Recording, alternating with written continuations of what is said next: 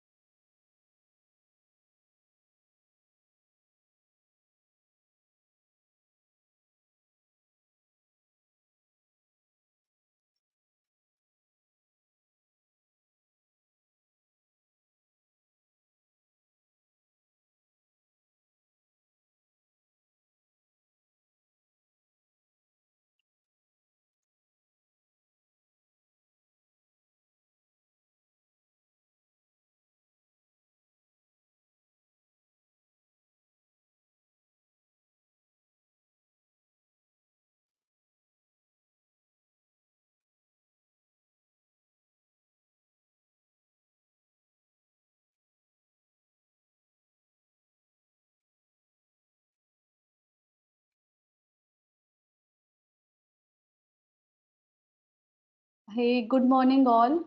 Thank you for joining. Welcome to Meetup session hosted by Cloud.in. I'm Suvarna Jadhav, working with Cloud.in as a strategic partnership and alliance manager. For today's session, we have Mr. Sriram Balasubramaniam as a speaker who will guide us on cloud financial management in AWS. Sriram is working as an enterprise cloud architect. With 22 plus years of experience, Sriram is AWS certified solution architect professional and FinOps certified practitioner, helping customers in their cloud journey. His key focus areas involve designing cloud solutions as per well-architected framework and help customers maximize their business value while optimizing cloud cost.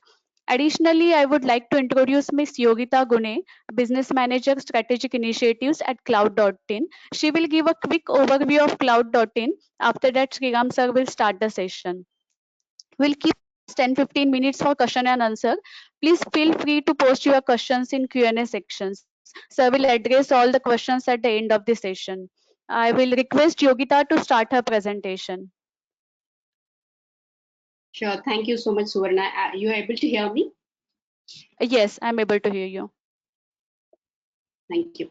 So a very good morning to all of you. Thanks a lot for taking out time to attend this session. I'll just take you through a journey as to what Cloud.in does as a company, and then hand it over to Sriram to take it ahead. So it's just a sneak preview into what we do. As you can see, Cloud.in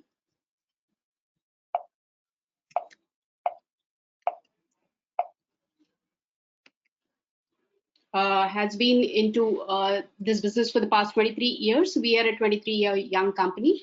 We are a leading managed service provider. We have a 24/7 NOC service center, which helps us to ensure that we give the required services to our customers. We have been able to serve around 22,000 plus customers during this 23-year journey, which included small, medium, and enterprise customers. We have around 40,000 plus domains that we have managed, and we are one of the leading domain registrars in the country today.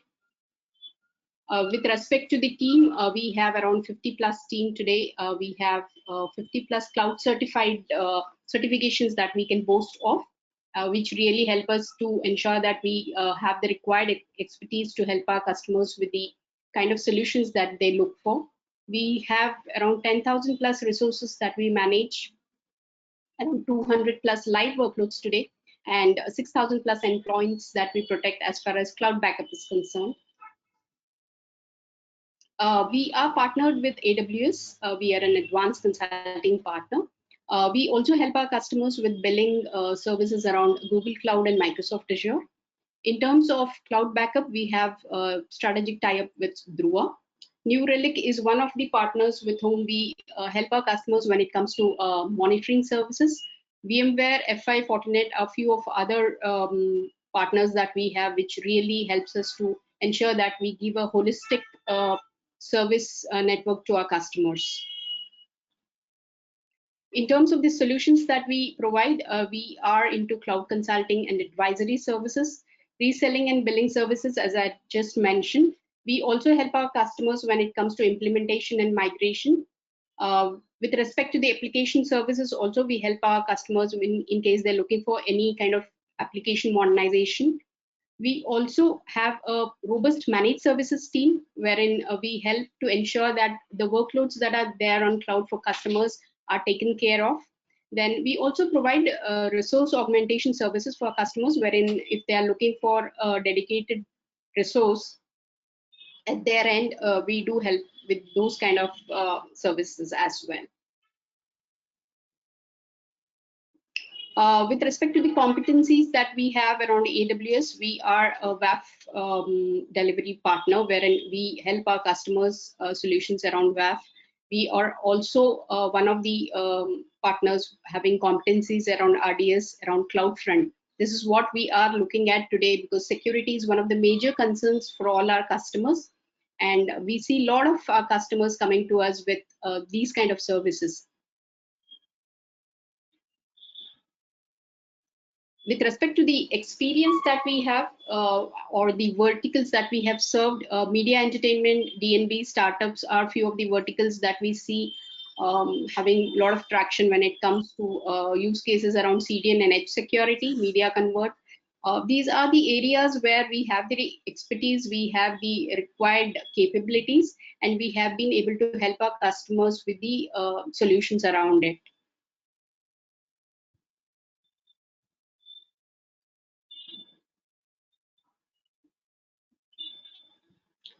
So this was a sneak preview as to what we at Cloud.in do.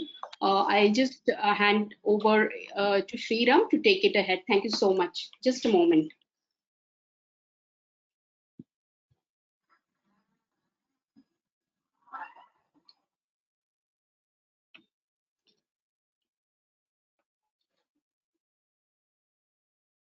Yeah, hi. Good morning, everyone. My name is Sriram. Um Suvarna, I hope I'm audible and you can see my screen. Yes. Yes, you are audible and your screen is visible. Yeah. So yeah, hi. Good morning, everyone. My name is Sriram. So today I will talk about the cloud financial management in AWS, very specifically around the overall FinOps practice.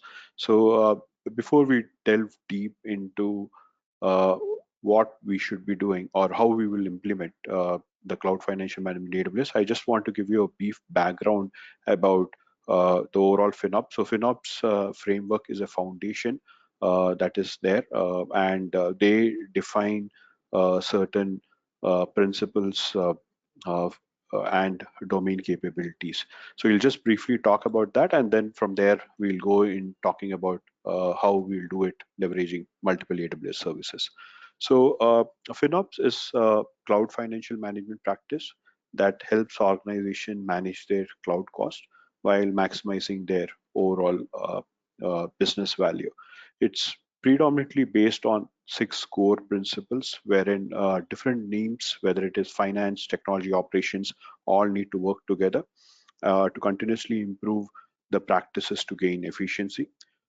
Everybody needs to take control of their cloud usage. So we basically need to empower the individual product teams or the application teams to get visibility on their respective cloud spend. We also need to have a centralized FinOps team so that they can go about centrally governing the rate optimization as well as drive optimizations across the entire organizations. And the FinOps reports needs to be made readily available. So one needs to process the cost data that is getting generated out from the various cloud providers immediately and then provide visibility on the cloud spend so that you can take immediate actions. There's no point in having the cost data, but it is getting probably refreshed a week or only once in a week, and then you're taking actions which are too late. Also, the fact that we need to ensure that conscious trade-off decision needs to be made across cost, quality, and speed, and we need to compare the overall cloud spend versus the business value that we are driving. So every cloud decision that we are making, what is the business benefit that we are getting out? That should be our primary goal. And finally, we need to take advantage of the fact that the cloud resources can be spent very readily. And so we need to try avoiding over provisioning or under provisioning of your cloud resources in advance, and rather the focus on just having just in time type of a model. So with these key core design principle, there are multiple FinOps capabilities that are there across your six core domains in FinOps, which we implement across your three core phases of inform, optimize, and operate. So the inform phase is all about basically providing visibility on the cloud spend, and you performance benchmark your individual teams, how they are performing or how well they are aligned to their the cloud spend. The optimize phase is broadly about identifying opportunities around your cost optimization, which is basically broadly divided into two categories. One is your rate optimization, which we also called as cost savings, which is all about your pricing discounts, reservations, and other stuff. And then you have your usage optimization, which is also known as cost avoidance, which is about cleaning up your underutilized resources or ensuring right sizing of your resources. We'll talk about these in the next few slides. And finally, we move into the operate phase. While the optimize phase is all about identifying the opportunities to do cost optimization, the operate phase is performing the actual actions. And how do you do the actions? You get real-time and insights, and then take actions around uh, those insights. Those things like how do I automate the purchasing of reservations, or how do I send out the reports to the various stakeholders. So this is broadly what FinOps is all about. It's a upcoming practice, and almost every enterprise uh, or customers, right? They are uh, leveraging FinOps and then implementing these principles, capabilities within their respective cloud provider. So very specifically focusing on AWS, the way we can go about doing that is to have 5 core pillars to focus on. And each of these core pillars will have multiple features. We will deep dive into each of this in the upcoming slide, but I will briefly talk about what we want to achieve as part of these 5 pillars. The first one is the foundation, wherein we are establishing an organizational hierarchy with granular tagging structure, and basically provide your normalized cloud spend from a central data lake. So the idea here is to uh, uh, give complete details about the cloud spend and help your individual teams have an ownership on the cloud spend, or take actions around that. The next one is around governance and compliance, wherein we are establishing proactive guardrails so that we can control the usage of services. And then we also audit each of our FinOps actions. Uh, as I said earlier, we provide real-time insights on the cloud spend, whether it's in the form of a forecasted budget, uh, managing our anomaly spends, measuring the KPIs, how individual product teams or individual applications are performing. And finally, the two main things are from a cost optimization standpoint of view, wherein we are talking about cost savings, which basically is basically establishing a comprehensive framework for enabling reservation-based discounts, and then cost avoidance, wherein we are managing the workload to ensure resources run only when they are required. So with these core 5 pillars, right, there are multiple features that needs to be implemented when we want to actually uh, uh, do a overall, I wouldn't say control of the the cloud cost, but more about managing the overall cloud spend so that we can maximize the business benefits that we are deriving from it. So the first step is to set up your organization account structure, right? Typically, the way this entire organizations do is that we have an organization, and within that particular organization, right, we can have multiple business divisions, like business divisions like your wealth management, your institutional securities, your private wealth banking, or prime brokerage, etc. And each of these individual uh, uh, business divisions will have, let's say, individual business functions. So let's say within wealth management, you will have capital markets, or you'll have banking, or your transactions, and so on and so forth.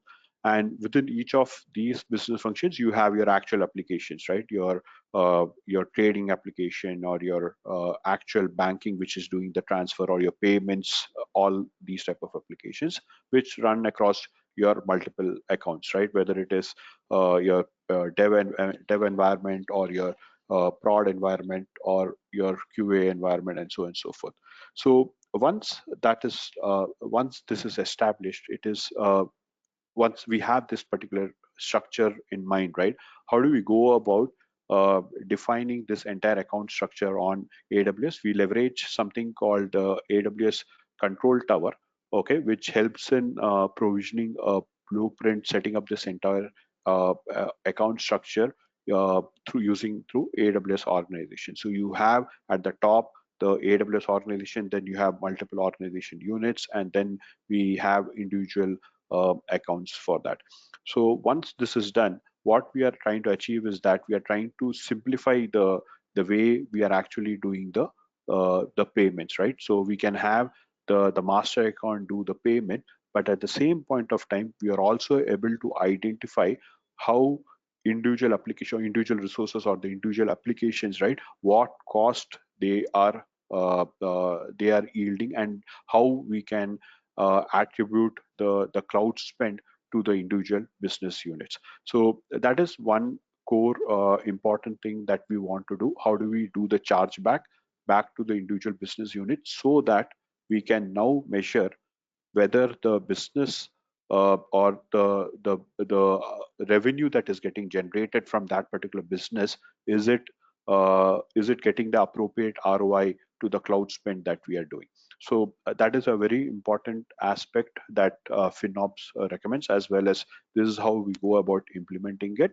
And another important one is things like your sharing of your reservations, right? We'll talk about what reserved instances and all, but how do we share our reservations? How do I maximize that sharing of the reservations across your multiple accounts, right?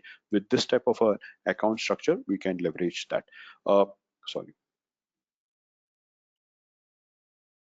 Yeah, uh, right. So that is the first one of setting up an account structure. The next one is to ensure that I am able to ingest the data, right? The entire the cost data, the performance metrics or the utilization metrics, all these data into a central location. Why it is important? Again, it is important so that once I have all this data into a central location, I now go about doing some transformation on this entire data and then generate out my normalized cloud spend. Because the cost and usage report that comes out is very granular by the hour for a particular resource, and it has so many attributes which might not which will be too much to for a stakeholder to consume. So how do I transform that entire particular data? So typically what we do is that these cost usage reports and the cloud watch logs, which gives us the best performance metrics, all these data is pushed into an S3 data lake, and then we have the AWS Lambda functions which does the transformation and then normalize that cloud spend and then give it to something like an Athena or a Redshift. So from a foundation standpoint, these are the two key things that we do. The next step is to establish governance and compliance. So as part of that, there are two things that we want to do. One is we basically set up uh, the service control policies to control the usage. So we spoke about the organization, and within the organization at various organization unit level, you can set up these control policies telling which, let's say, type of a resource can be launched, right? Which region you can leverage, which type of a size of that particular resource that can be launched. So this way, by having these service control policies, you are basically restricting your unwanted cloud spend, because if you have everything open, your developers can go and launch a very highly expensive EC2 instance, and that might result in cost. That is one thing. The second important thing is that how do I ensure that all these data that is getting generated or the reports that are getting generated, how do I have a role-based access to control access to it? So typically we leverage these IAM roles to enable that. And also the another important thing that we need to do is to keep creating an audit trail of all my FinOps actions, right? FinOps activities that I'm performing, right? Whether who is accessing, who is purchasing the reservation, who is shutting down an EC2 instance. All this entire set of activities needs to be audit trail, and we can use services like CloudWatch and CloudTrail to enable that. So that is from the more from the usage control standpoint of view. We also control the spend aspect of it by setting up individual budgets, right, at individual accounts. So this way, what we can do is that given a specific account, you can specify specific budget amount for that, and then you can define your thresholds in case those your threshold limits are approaching that particular budgets. So again, from you have an AWS budget service which you can leverage, and then you can have the CloudWatch alarms to actually notify you through your SNS service, whether through a mail or through to your text message, and so on and so forth. So the governance and compliance is about controlling your service usage as well as controlling your the cost aspect of it. Okay, so the third one is around establishing real-time insights. So as part of this, there are a few things we spoke about budgets, right? We are setting up budgets, but uh, one important thing that we need to do is that we need to take decision based on the data that is getting generated, not through our gut feeling that okay, this is the budget I should have. So you have things like forecasts, which basically analyzes your historical information, and then based on that, right, it recommends a specific budget. So initially when you start, maybe you don't have that, but you set up the forecast, and as your cloud journey progresses and your workload is running for a duration of time, you can now start forecasting based on you can forecast for your month or for a set of quarters, right? To understand what should be your budget, and you take that input and then go about setting up the budgets for your individual accounts. Another important thing that you need to do is that you also need to keep looking at the variance that is coming out from my actuals that is happening versus the actual budget that you are setting up. Another important thing that is there is on the anomalies aspect of it, wherein uh, the idea is to identify if there are any unexpected cloud spend so that we can quickly take actions to control them. So you have things like AWS cost anomaly detection. Once those anomalies are detected, uh, typically these when the anomalies are detected, right, it is sent to the application team who is responsible for it, because they know their application. It could be it could be a probably a planned activity.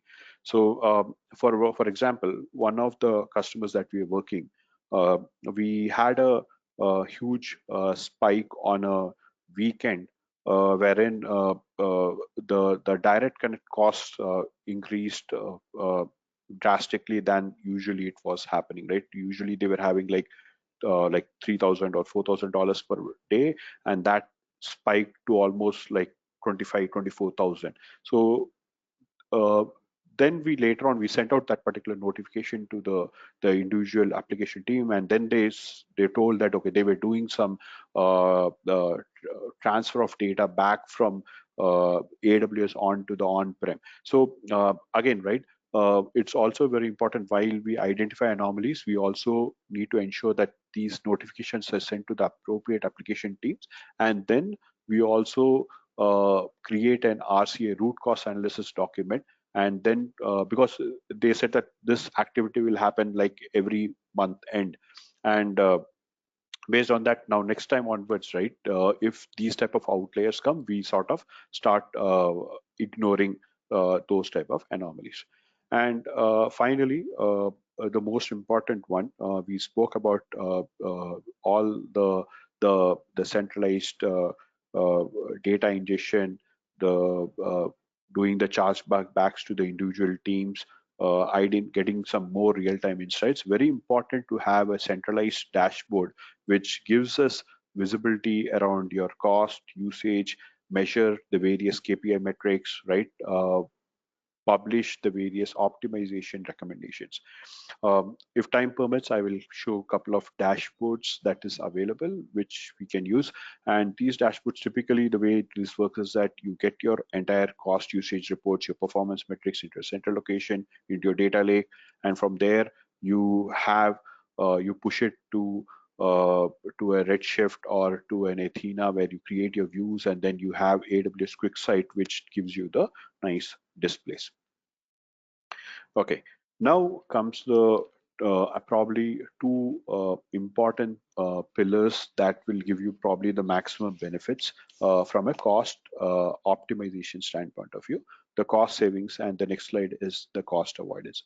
So the cost saving starts with something called the reserved instances, right? So it basically allows customers to commit to certain usage parameters for a duration of time, for a longer duration time, 1 or 3 years. So you basically tell AWS that, okay, I am going to purchase an EC2 instance and I'm committing to use that EC2 instance for a longer duration of time.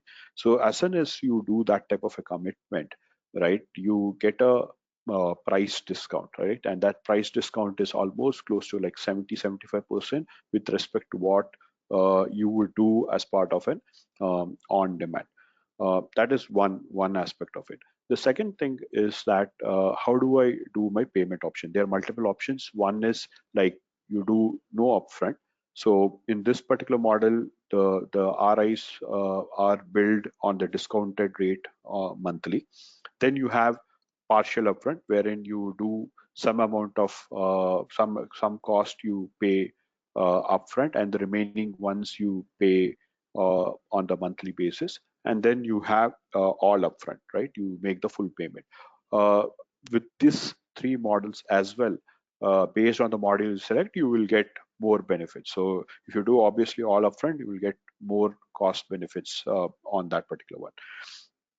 And the next one, another important one from a reserved instance standpoint of view is that when you purchase a Amazon EC2 instance, right, you can basically choose between a standard or a convertible class. So the standard is about allows the customers to modify the availability zone, the network platform, the instance size, etc. While the convertible, in addition to what the standard provides, you can also change your actual instance family itself, right? So that is a huge advantage when you go for from a convertible standpoint of view.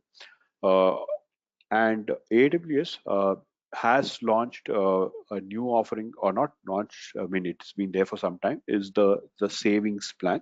It's very similar to what reserved instances. It provides a discounted pricing model, but regardless of your instance family, size, your operating system, or your region. But more importantly, it is not just focused on an EC2 instance. It also, with the same compute, right, you can also apply it to a, let's say, like a Fargate or a Lambda function. So that way, now you are able to get the savings across just from the compute standpoint of view, not for a specific EC2 instance. So AWS recommends that to move from RIs to the savings plans. There are multiple saving plans. You have your compute saving plans, which is very similar to what the convertible RIs are, and you have your EC2 instance saving plans, which is very similar to your standard RIs.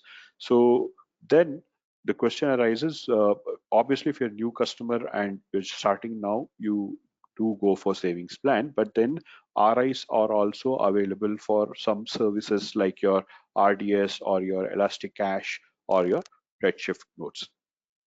So this is a very important thing, but this is not the only thing, right? It's not that we just go and buy a reservation, right, and then go and apply it. It doesn't work that way.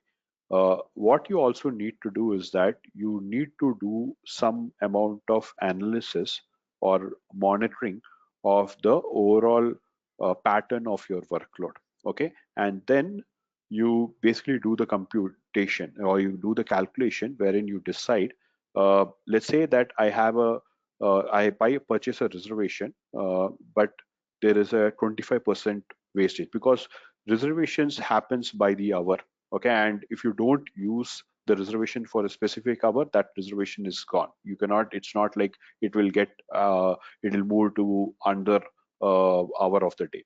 So let's say if it is at 11 a.m., 11 to 12, there is no usage. So whatever reservation benefits or the cost, you will lose that particular one. So many customers, or not many customers, it is recommended to actually perform a break-even analysis, take what will be my look at the overall utilization pattern, do the calculation, and come up with a break-even model, understanding when, if I purchase the reservation, I have a 70% discount on that cost, but how much wastage I can tolerate so that I will get my benefit. So I'm saying that, okay, I want to have a 30% benefit on the cost. So even if the discount is I'm getting 70%, so how much wastage I can afford to. So that type of an analysis also needs to be performed. It's just not about going and purchasing the savings plans. AWS has services like trusted advisors, right, which gives you all these type of recommendations. Okay, this particular instance is you go and do the reservation purchase. It will also recommend what do you call a number saying that, okay, this will be a potential saving, but it's also very important from our end to have that custom algorithm built to actually validate what if the wastages goes below a particular level. So that is from the overall the savings plan standpoint of view. The next one is around your the spot instances, right? Which basically uh, allows customer to use the spare EC2 computing capacity. So EC2, sorry, AWS will have some spare computing capacity, and the discounts are 90% to the on-demand price. But the disadvantage, or I would say the catch here, is that uh, so there is a spot price that is published by AWS, and you bid an amount slightly more than that particular spot price. But if the spot price increases above your bid price, AWS will reclaim that particular EC2 instance. So in that particular scenario, obviously you cannot run your always running workloads on a spot instance, because it can get reclaimed by AWS at any point of time. So typically you want to run workloads which can which can resume running even after an interruption has happened. So things like your batch jobs or your background processing or your data analysis, which can get resumed even, let's say, the EC2 instance gets shut down or gets terminated. AWS gives you a 2-minute notice, so that once you have that particular notice, you can gracefully exit and then probably start. There is another new feature, that is instance rebalance recommendation, wherein EC2 instance emits a signal for a rebalance, wherein you still not the spot price has not increased your bid price, but it is on the verge or could cross your bid price. So in those scenarios, you can probably go and get a new spot instance and sort of don't have to wait for this type of 2 minutes interruptions, right? And there are multiple places where you can use. You can use in your EMR or your ECS or your from an EC2 standpoint of view. And finally, we come down to something called the cost avoidance, right? Which is about how do I have an uh, uh, how do I have an manage my underutilized resources? So the first one that is available is your right sizing, wherein basically it's a process to match your instance type and size to your performance and the capacity requirements at the least possible cost, right? So right sizing basically tells that, okay, you just ensure that you are running a particular workload based on what your utilization is. So if you have a, let's say, a large instance, probably you are having just 15% or 10% utilization or 20% utilizations. Can you reduce that instance size or the instance family?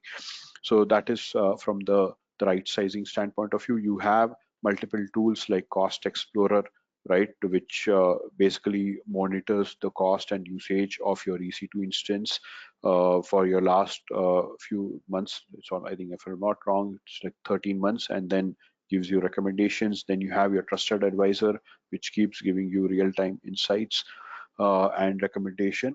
And then you have your EC2 right sizing, which basically takes your 2 weeks of your Amazon EC2 utilization data and provides detailed right sizing recommendation. So that is another important one that we should leverage. The next one is on the elasticity aspect of it. So you basically are talking about, you basically match your number of resources based on the need, right? So I spoke about, we don't want to sit on an over provision or an under provisioned resources. So this is where the entire elasticity comes. We have two models. One is your time based model, wherein you go about shutting down resources when they are not required. Typically you utilize it for your non-prod environments, shutting down over the weekends, wherein those or the entire infrastructure is shut down, so that because anyways it's not being used. We have seen for customers whom we have implemented this, we have seen it almost like a 25% reduction in cost. And then you have your normal volume base, right, which basically matches your scale to the intensity of demand. So from a time-based one, right, you have things like your EC2 instance scheduler, right, which automatically starts and stop your EC2 instance in all AWS regions for an account. And then similarly, you have your EC2 Lambda function, right, which can also start and stop instances based on the CloudWatch alarms or events that are getting generated. And for volume-based one, you have your AWS auto scaling, which increases your EC2 instances based on the demand spikes, and then reduces the capacity as your traffic goes down. Again, this can be extended to your ECS, EMR clusters, and your app stream. And finally, you have your storage optimization, which is about how do I optimize or lower my costs, right, on the storage aspect of it without actually sacrificing any functionality aspect of it. So one is on your S3 lifecycle policy. So you can define rules wherein, or the life cycle, the entire life cycle, S3 life cycle can define rules on what duration the objects can be moved to the various tiers, and then finally put into, let's say, like a Amazon Glacier for archiving, so that reduces your cost. Then you also have your resizing your volume types, which basically is based on the type of your workload, what EBS volume you should sort of leverage. And then you have things like your stale snapshots, right? You can keep taking your uh, entire the EBS volumes snapshots you're taking in a regular basis, all right? For how long you want to keep those snapshots. So all of these can be taken care. You can create certain functions which does all this entire uh, cleanup. So at a very broadly, right, these are some of the, at least I would say, when you want to do a cost optimization, right, across your firm, or for AWS, if we need to build these 5 pillars and then sort of implement it. I will do one thing. I'll quickly show a dashboard.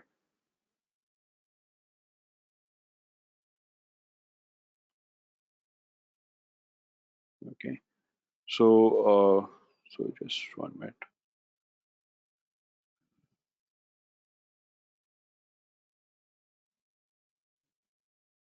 So this is a cost summary dashboard. Okay, it basically gives me details around what is my overall usage spend, right? Which is my top spending account? Which AWS service is costing me most? Which region is costing most? Those type of things, right? And again, from a usage spend standpoint of view, right? On demand or reserved or your savings plan, right? How each of them are uh, contributing my entire cost, right? Which type of service, what cost is happening, right? So it is very important to give these type of views. Similarly, on the you have your compute summary, right, which tells me what is my trend on my usage spend, right? So there seems to be an increase of 33% on my compute usage spend from in April to May, right? How much of my this entire spend, right, I have running on demand or savings plans. This also gives us an opportunity to sort of look at uh, where additional savings we can do. So we see that, okay, there is a almost like a 70%, 74% of my on demand, my workloads are running in on demand. So can I go and purchase new savings plan based on the utilization aspect of it, right? Or as I was talking about right sizing, right? AWS keeps releasing new EC2 instances, right? So can I? So currently everything is running on the current generation, but types. But then in case if sometimes they recommend new ones, can I go and do the purchase around that particular thing? Or from the storage standpoint of view, right? Again, gives you details about what is my S3 storage, right? Which type of storage class I am having, what is my EBS cost that is happening, right? All this gives us a good view about how my entire cloud spend is happening. Basically gives us, and then we can take some uh, uh, I would say more educated actions on it rather than just going by our gut feeling. Okay, this is more from the what is happening, what is my spend, how it is entire thing is working. You can also have recommendations, right? We spoke about cost optimization recommendations. So it gives me details around like, okay, what is my ideal RDS instance, right? What are my load balances? Do I have any unallocated elastic IP address or underutilized EBS volume, so that I can go and do some cleanup of all these type of activities. So it's very important while we go about setting up the foundation, right? It's also important for us to uh, uh, uh, continuously keep evaluating our entire processes, get some insights, and then do the overall cost optimization. Yeah, so that's what I had. So I'm open for questions now. There are few questions in the questions section, Sriram. Okay, just 1 minute. I will read it for you. It's from Mangesh Kulkarni. He's asking, now these FinOps tools and strategies are available once we are in the contract with provider, but how we can compare with other providers, say Azure, without getting into the contract? Well, okay, means okay. So see again, the FinOps capabilities as such is independent. Okay, they give a guideline. So I think what we need to do, I think the concept will still remain the same, right? We spoke about uh, your foundation, governance, compliance, real-time instance, cost saving, cost awareness. Same thing is what you probably will do for an Azure provider. The only thing probably what you will do, but what will change is your individual features that you're trying to build, right? The services might differ, right? So if you're okay, so in the Azure side of it, right, it is more about cost management and billing, or cost their anomaly detectors and so on and so forth. Okay, so this three things probably you will be leveraging very specific a cloud provider specific service. Typically organizations, right, especially what they do is that as you said correctly, most customers have multiple cloud providers. What they typically do is that these type of foundation one, they try to keep it cloud agnostic. So they build their own centralized data lake. They have their own setting up of their organization structure through your Terraform and those type of things. So uh, I mean, if I understood the question correctly, what I'm trying to say is that the FinOps capabilities is cloud uh, agnostic. And what we need to do is that we need to figure out ways or the services to implement those capabilities. I hope I answered your question. Thanks, Sriram. There is one more question from Mangesh. How we can include FinOps practice during architecting of applications? Not sure if it's valid ask, but if involve FinOps, will it help to optimize the cloud cost? Absolutely, and any FinOps, so typically, right, organizations, right, and that is okay. Okay, so typically, right, organizations when they are setting up their overall cloud strategy, right, what they do also is to have a separate FinOps team, and that's where, right, what is recommended is to have a centralized FinOps team who will be giving, because see, setting up the account structure, right, or setting up the data lake might not be something what FinOps will do, but they will play a very important role in giving requirements to that the cloud COE or the cloud operations team who are going to build that. Similarly, the governance and compliance, probably it is the cyber security team is going to do that. So FinOps will has to play a very key role in setting up this. Uh, for one of the customers, what we I mean currently or not currently, what we have worked for, right?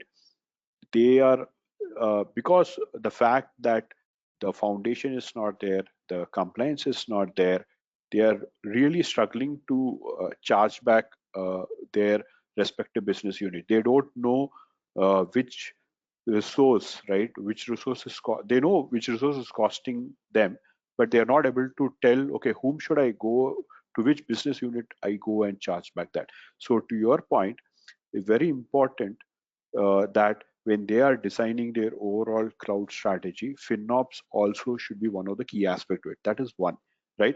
This is what I'm talking about. Now, designing a workload, right, from a well-architected framework standpoint of view, right? Again, that is again, you will always have to do the trade-off between your cost, quality, and speed, right? Your so so again, that depends totally about the customer's business decision that they are taking about.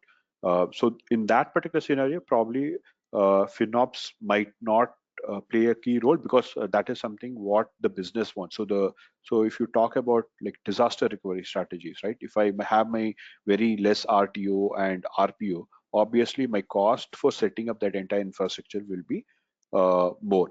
So in those scenarios, obviously, FinOps doesn't uh, uh, or will not play an active role. But for the all other aspects, right, for optimizing the entire uh, cost aspect of it, FinOps will play a key role. In addition to the fact that recommending them what type of services should be leveraged will give them maximum benefits.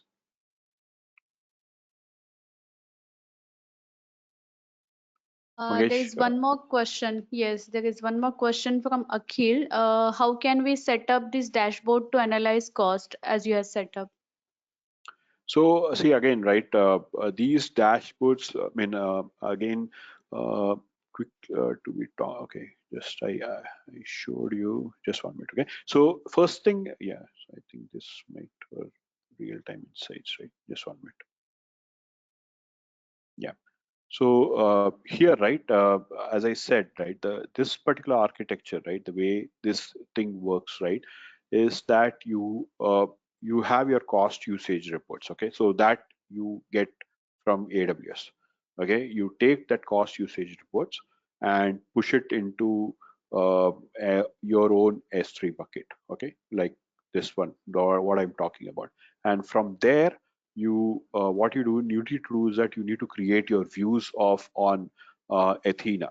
Okay, and then there is a service called QuickSight on which you'll have to now start building your various views.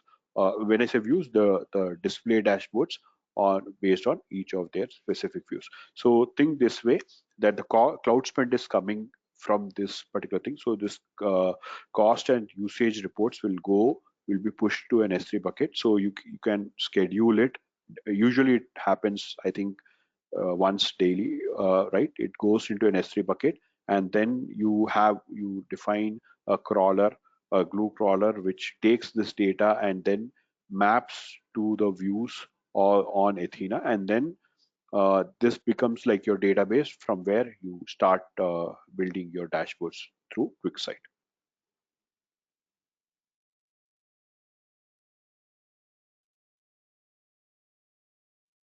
Thanks, Sriram. There is one more question from Sanket. He's asking, while comparing reserve instance versus AWS saving plan, do we need to consider any parameters such as region, geography, etc.? So as I said, I think that's where, right? I think one important thing, what AWS will keep improving uh, uh, their services that they are launching, right?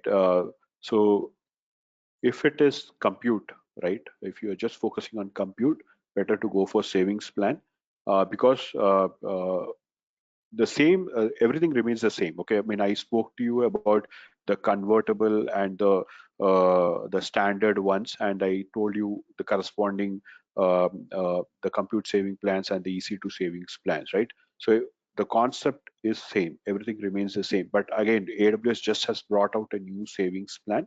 And the one of the key advantages there is that now, instead of just also enabling EC2 instance, you also have your Lambda functions and Fargate also. So let's say you have an account and you have multiple workloads running, right? You have some serverless Lambda functions also running, some ECS also running.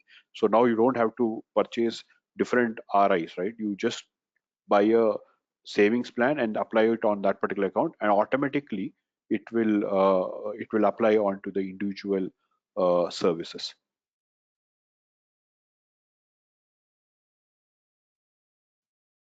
And wherever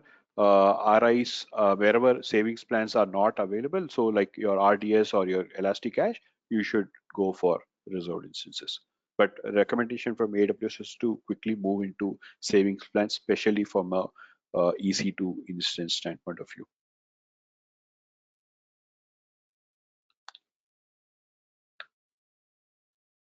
Thanks, Sriram. There is one more question from Sindhu. AWS CR that you just told, do we have to request AWS for it and pay? No, you okay. So that's a very good question. You don't have to request the cloud usage report. It is available automatically in the Cost Explorer. But I mean, as with AWS, right? Every service you will have to pay, right? So the data now is going into my S3 bucket. So there'll be storage cost, right? I am leveraging Athena, so the cost will be there for Athena. Quick sites, I think there's a monthly cost uh, based on the number of users. But I mean, yeah, it there will be cost for it. You don't have to request AWS to enable anything. Everything is available. It's just about you utilizing that particular service, but the cost will be there.